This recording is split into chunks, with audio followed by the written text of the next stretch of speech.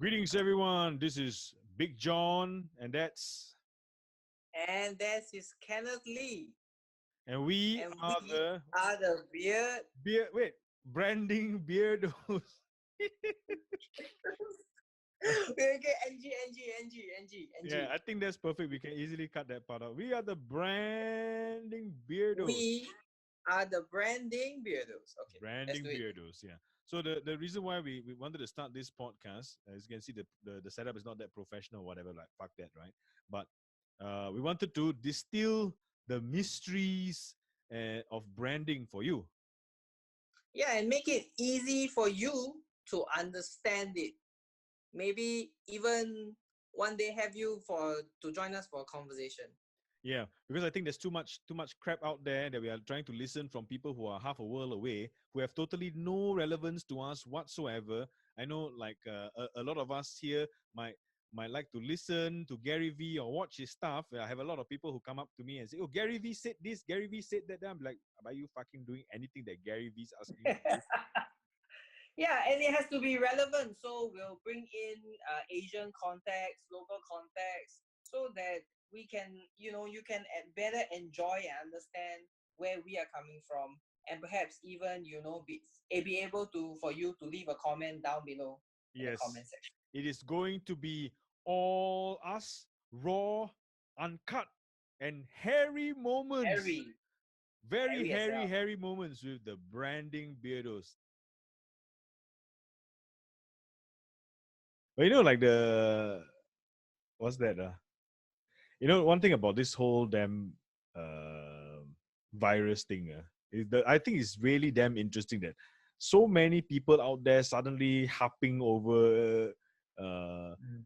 going digital and all that shit. Mm. And what there's something that someone said, this thing that I saw on LinkedIn, someone posted this, and when did you start thinking about going digital? And then there was a checkbox with COVID-19, something like that. That's when the moment that people realize that, man, I mean, the shits, I got to really focus on digital marketing and Correct. digital this, digital that. But at the end of the And day, it, when you ask these people, right, what the hell? Do you know what is digital marketing? Do you know what is all the digital strategy? Do you know anything about it at all? And everyone just like, no, I don't. And then why do you all talk as if you know what this? And the problem is that a lot of people will mistake digital marketing or digital strategy for the tools, the things that they do, Yeah, all the the action checklist, right? correct. Like oh, do you have a Facebook? Do you have Instagram? Are you posting 3 times a day? Yeah, Do you have a photography? Do you have videography? But actually, what the real crux of the issue is, do you have a story to tell? mm, Do you have a point? mm, It's very interesting because before this whole shutdown thing happened, I met with a client. mm. I met with a prospective client. And the guy said, you know, I don't understand this whole video marketing. Yeah. Marketing is like throwing money into a black hole. So yeah. So I asked him, so what did you have you done? So he told me, oh, I run Facebook ads, I did video, nothing works. I said, so what was the point of your video? Do you have a point? Yeah, the most of the time the answer will be, the point is I want to make money and I want to get new clients, so why is it not working? This is the damn thing that they all ask all the time. But this is the problem, right? All this all these people, I don't want to mention names at this point, but some people Yeah, who yeah. some people who might have appeared on some advertising in the midst of me trying to watch something interesting on a particular platform that I shall not mention the name. uh you know Trying to sell basically fucking is for me. I look at it and I get frustrated because you're like promising the mother load, promising the pot of gold at the end of Instant success. the rainbow. Yeah, You instant forget. success. Follow Yeah, these few steps and you get the money. yeah. But the only person who's actually making money from the whole thing is that guy who's trying to sell you this shit, That, right? and that guy, yeah. and the worst thing, right, about this, because like we are both in the same industry, and then the worst thing is clients coming up to us and then saying, can it be done as simply as this for that price point? I said, fuck, he's trying to sell you a what, $99 1 2 hour package that you're not going to get anything out of, except, I'm trying to think of a very politically correct way to say this, but except getting yourself steamed for nothing for the 2 hours, right? But get nothing at the end of it. And you're asking me to sell my consulting services to you at $99. I said, oh, I'm so sorry, I can't do it. And I always go back to that point, right? Like, what do you really want to achieve here? Do you just want to feel good? Because if Yeah. you just want to feel good, you don't need to spend $99, You Yeah. can log on to the internet, go to a video site, which I shall not name here, and feel good. The hub. The hub, Memberships on the free hub membership cheaper than now. $99. And you can get all steamy and all for much longer than the 2 hours. But if you really want to do marketing and branding, Yeah. then you need to start with the reason you want to do it. And if your reason is I want to make more money, then forget it. Yeah. I think that is the point, right? That that's why I always ask. So clients always ask me this question: why are you asking me this question? And that question is, what was the reason you started? Yeah. And I can tell you that out of many companies that I've met, many of them, they will tell you that survival, lor, money, lor. But the Make more money. make more money. I have no Make more choice. money. So it was more like out of necessity, need, or I saw people making money from it, so I'm going into it. So I that is for me, right? Honestly, I want to be my own boss. yeah. That kind of. No, even the my own boss part was not mentioned much, but the one that was constantly mentioned is that others are making money from it, so I make lah. So I want to make money from it. Yeah, so I want to make money from it. So I opened this particular business, and I want to see something. I want to see my returns. I'm like, really? Is that why you started a business? Is it? I mean, this is the reason why, right? I mean, going back into the beginning of the life cycle of the business at the very beginning when they were just birthed, the reason for existing, right, wasn't there. So that already equates to no bloody purpose from the beginning except money. So that the means, right yeah, phrase. Why do you deserve to exist? Your reason for existing. correct.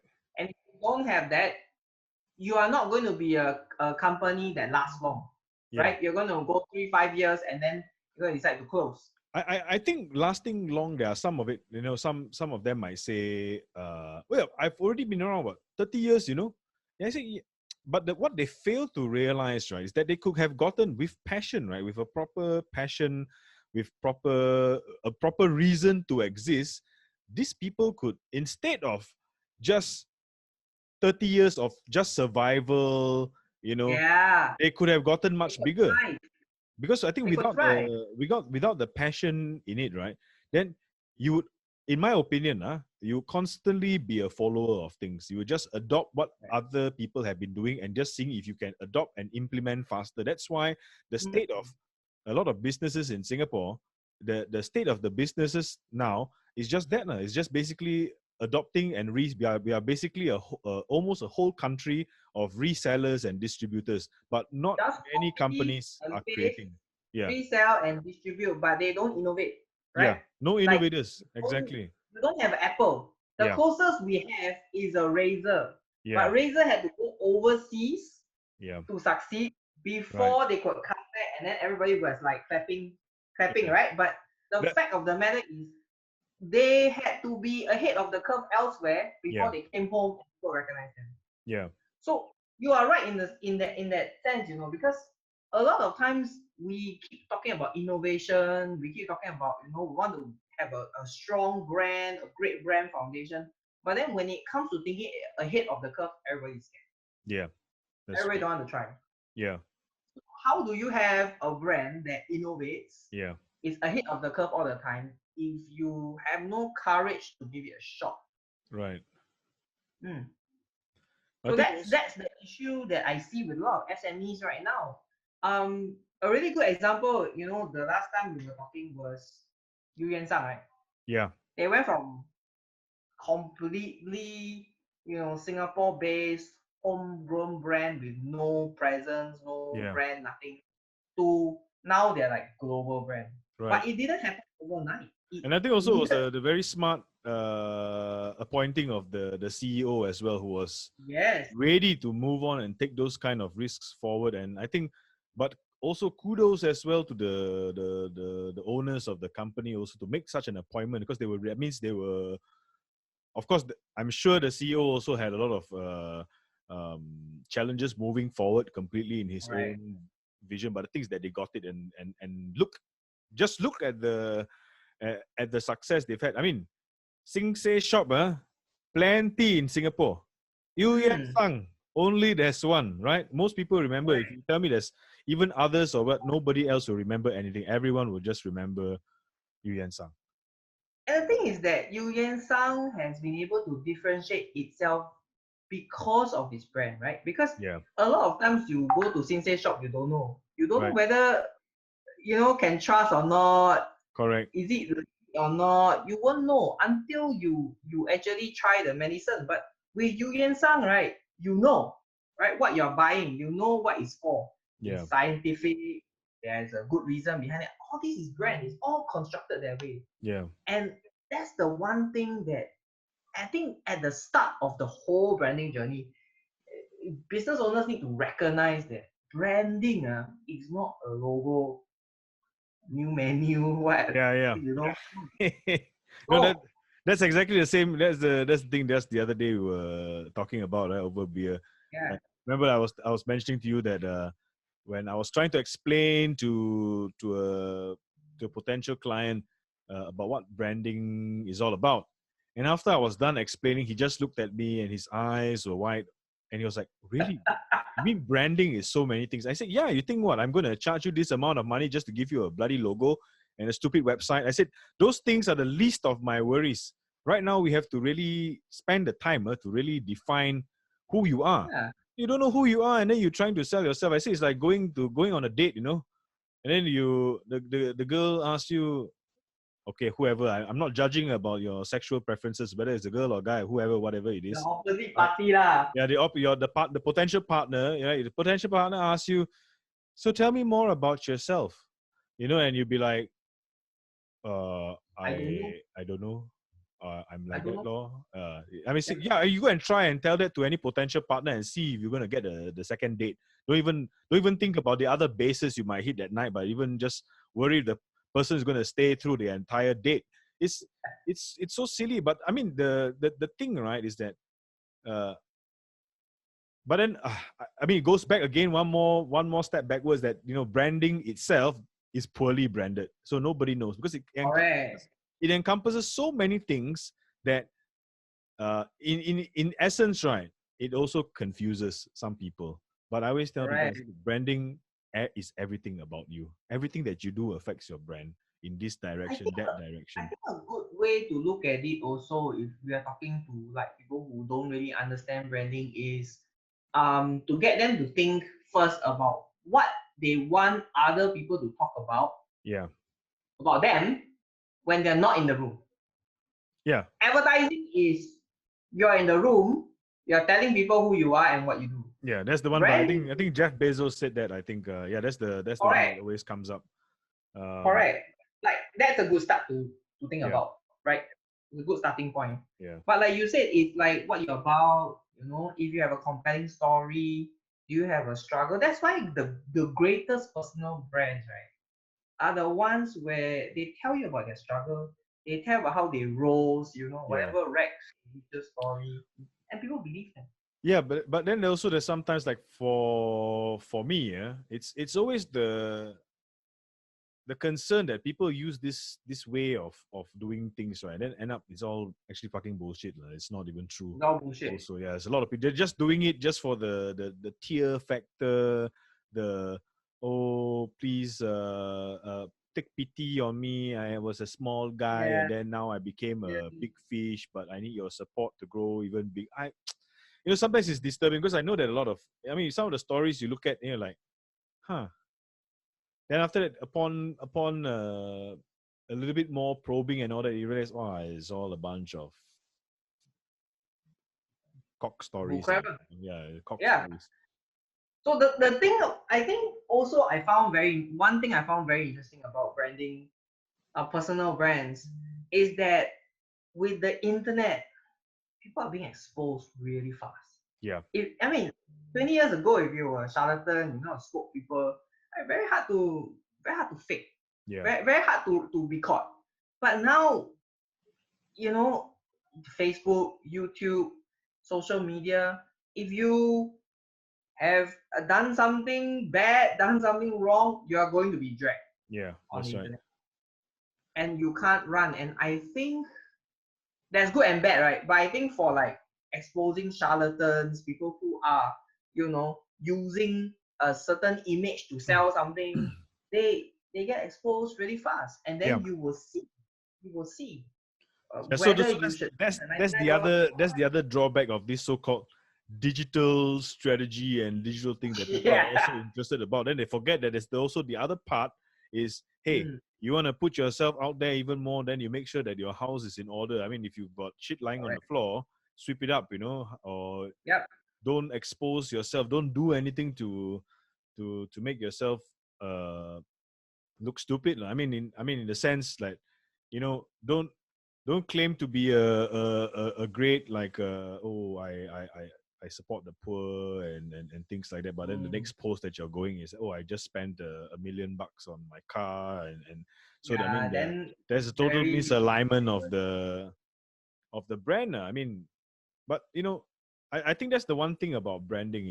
There is no middle ground. Either you're gonna go all the way with it and make sure that you are brand aligned from the get go, or you're just going to be out of it. For me personally, there is no middle there's ground. no half measure. Yeah, and You can't be half crazy yeah, about there's it. no Yeah. there's no half ass way. And it was interesting that I was actually just randomly watching some wrestling, WWE, one of the old one of their previous wrestlers was inducted. The $1 Million Man was inducted into the Hall of Fame, and Mhm. he talked about his experience as a wrestler. And you'll understand why I'm bringing up this story. And these wrestlers actually, they don't make a lot of money. They're all before they make it to the big timer, and with WWF at that time when it's called, but now WWE. Until you make it to the big time, you're making very little money. And so Correct. he was brought on board to play a character called the $1 Million Man. So they told him, look, we're going to create this character. You're going to be living, eating, breathing this character. So that means wherever you go around the world, we'll fly you on first class. We'll send limos to pick you up, stretch limos and everything. But because you have to be living this brand, and they had to take it all the way, because they created this villainous character, which they Mm, wanted to create a character that nobody liked. This rich person who always makes fun of the poor people and all that, which is actually some a person in real life whom the $1 Million Man himself doesn't like. But because he was playing this character and needs to be really in it, the company WWE actually went really out of the way to make sure that this character was always seen as it was, so that it was aligned with the character, so brand aligned, and that image doesn't um, suffer or break in the eyes of the public. Because imagine if you call yourself the $1 Million Man, and the next thing that you are going is trying to get into a Fiat Panda. I mean, when you get on the bus. no offense to Yep. Fiat Panda drivers, owners. I've been in that car before. I actually love it. It's a small car, but I love it. I'm just saying for context here, right? Or like if the $1 Million Man was queuing up at Burger King, right? You wouldn't you can't Yeah. do that. Not With the saying fact, that millionaires don't eat from Burger King and are not grounded, but right. again, for context sake. But yeah, I But if mean, you this think is the about what you just said yeah, about the WWE and wrestlers, yeah, right? The concept of the $1 Million Man is very aligned with the brand of WWE. yeah, Like everyone who goes there knows that it's a fantasy, but every character that they build plays into yes, the fantasy. Everything exactly, is brand aligned. exactly. So a really good example that I thought was very relevant to this is NBA. Mm, If you have been to an NBA game, right? the pre-roll of an NBA game in the stadium when they play all the pre-rolls and all the introduction of the players on the home team. Yeah. It doesn't look like they're introducing a basketball team. It looks like they're introducing the Avengers. Every single one of them has a sizzle reel of their own, and they are like, the videos of them playing the game, it makes them look like Captain America. Every single one of them. Yeah. And this whole, heroes, right? Heroes of the brand. There are some very tangible business benefits, but the investment is very real. A really good example would be if you have a star point guard, right? Yeah. And you're going to invest millions of dollars for marketing and production. Right. The returns on the jerseys alone would be 8 to 10 times of that. Yeah. But what you're creating is a superstar. What you're creating is a superstar that's brand aligned with your team. But you see, there's another point that you just brought up, and this takes us back into the whole journey of branding, and then the digital branding part is that money has to be put in somewhere, right? The tree, some kind of investment, right? Yeah, I mean, I don't know whether it's supposed to be like a Garden of Eden case where presto, then we have a whole garden with trees and fruits. But that depending if you believe in the Bible or not, but anyway, just again for context, you don't just wake up one morning and look out at your window and say, hey, where did that lush garden come from? There's always someone had to plant it. Yeah. Someone had to plant the seeds. The effort. Exactly. You put in a lot of effort and you spend a lot of time and you have to buy the seeds. Yeah. Right? And all that work is, in our terms, money. Whether it's hiring people, whether it's buying tools, right? And I think the one thing that SME owners need to realize is that it doesn't actually take more than what they think it takes. Yeah. But they also have to recognize that they have to deploy, they have to make sure, get educated first. Don't be afraid of it, get educated first so that it's not a black hole. Then they have to be able to deploy their resources against what they want to do. And then that's when the spending money makes sense. Right. I think that's the important part, the education. That I actually started on this mentoring journey. So at first I thought I was mentoring, I was going to be mentoring polytechnic students. But actually, it's an open course for even adults. So the person that I'm mentoring is actually like a fair bit older than I am. So I found that interesting also. But what he said to me was interesting. He said, I'm having my own business and things like that, and I'm coming for this course, and I went for this course only because I felt that I needed to arm myself with more information to make better decisions about digital marketing and things moving forward.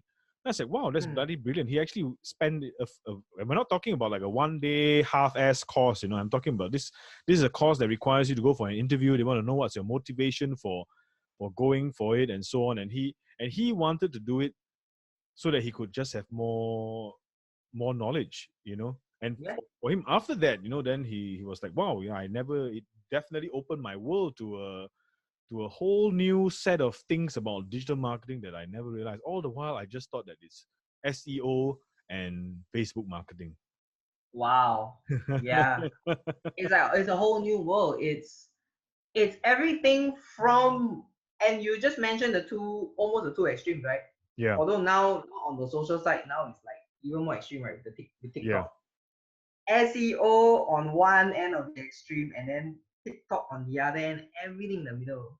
Yeah. And a lot of people think that if they understand one slice of it, they're experts or it's okay already. Yeah. So there are some people who are like complete experts at influencer marketing. Yeah. And then that's it. They think that's the jam. Or PR, right? So social online PR, right? Some people are like, oh, so I'm really good at social online PR. It's the thing that works. I always tell people, no, bro, it's everything.